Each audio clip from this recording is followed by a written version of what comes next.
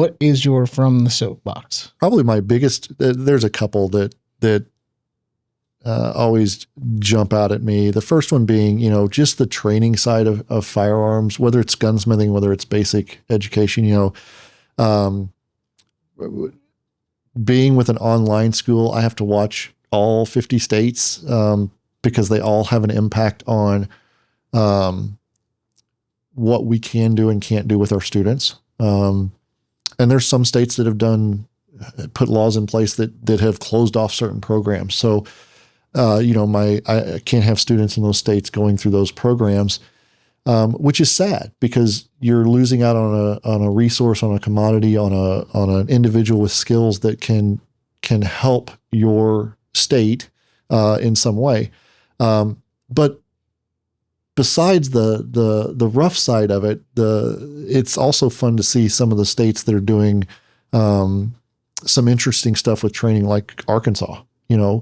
Arkansas with their state law on doing firearms education with in the public schools. That's awesome. That's one of those things where you expose everybody to it. Are they going to go out and all own guns? No, that's okay. That's their choice. It's a right. It's a choice, right? We have the right to make that choice. Are they all going to do it? No.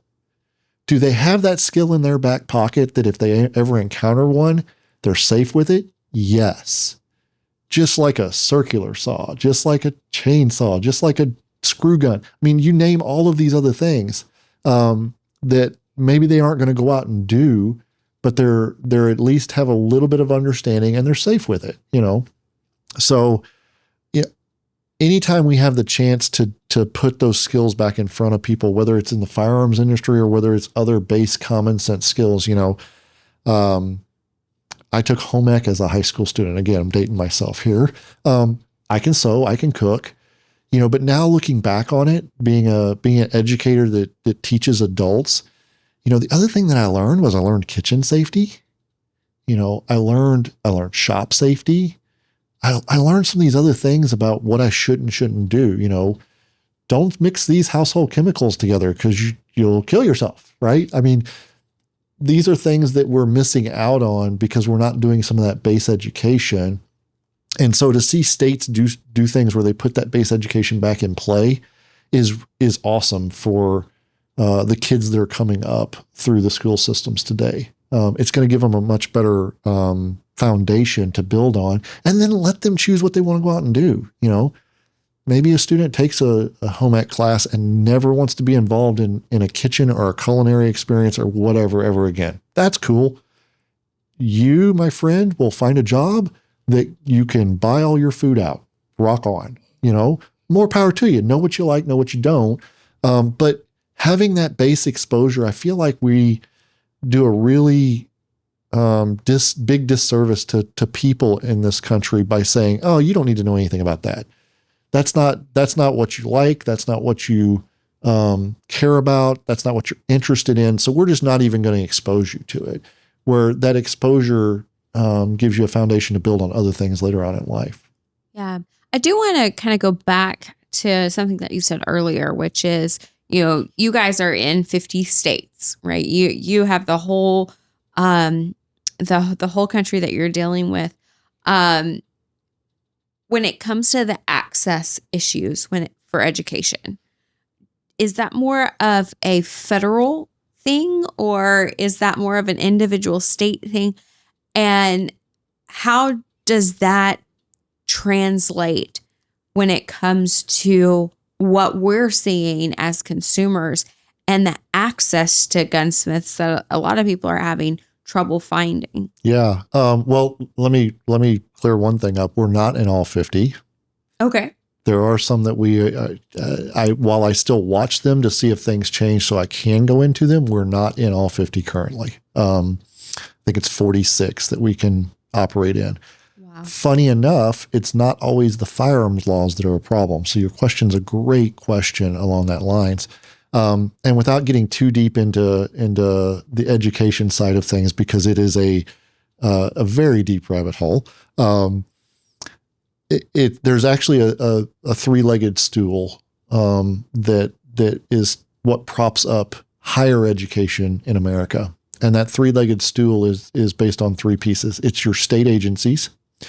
It's your accreditor, if you're an accredited institution, and then it's the federal government. And so you've got different regulations and laws and rules and whatnot coming in from these three different areas. And they all have different impacts based on what you choose to do as your model for education. Some schools say, hey, we're not going to offer Title IV Pell Grants and student loans, and so therefore they don't have to deal with some of the regulation. So it can be very, very complex. It can be very, very simple. But it all has an impact on what we can do and what we can't do. It's interesting, even some of the practices around where I can hire individuals as my faculty members. There are certain states that say that I can't hire in that state unless I have a presence there, a presence being a physical location. And so, it may be a state that has a lot of great gunsmiths that I would love to have as part-time faculty members, because I want that knowledge to come in and flow back out to my students, but I just can't hire you, And so it is very interesting to see what the impact is there, but it's those two things. It's either firearms law in some cases, or it could be education law that has an impact on us. So what are the states that you're not in? Because I know that's going to be in the comments section. Oh, that's a great question. I should know off the top of my head, and it changes so much. And it's funny. There's some that you would think we wouldn't be in that we are, and there's some that you would think we would be in that we aren't. I believe New Jersey's one of them. New York.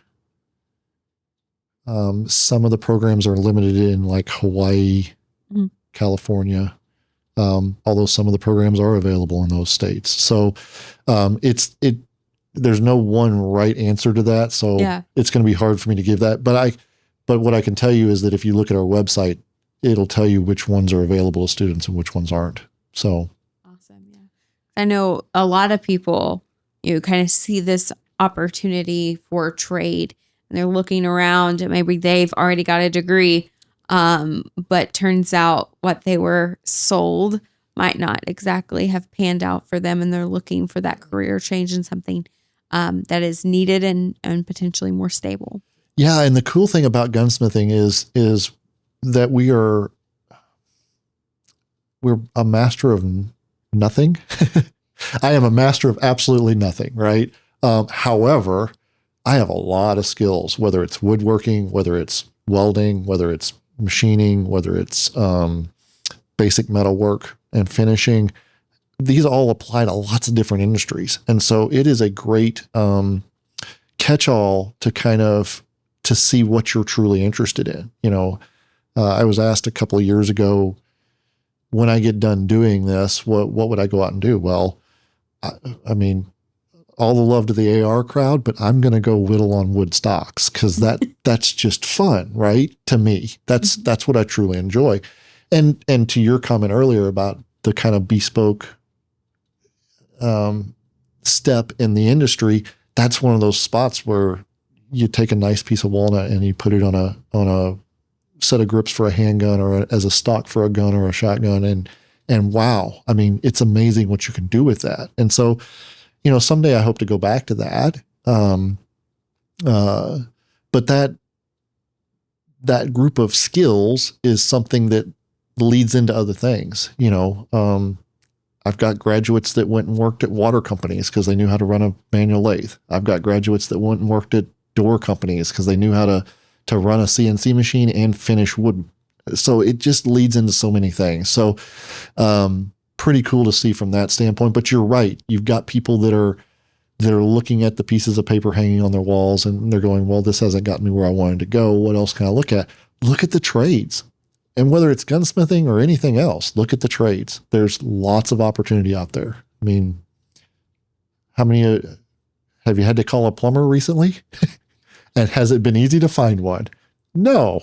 Same way with a gunsmith. It's hard to find a gunsmith right now, because we just, as a country, haven't focused on those jobs.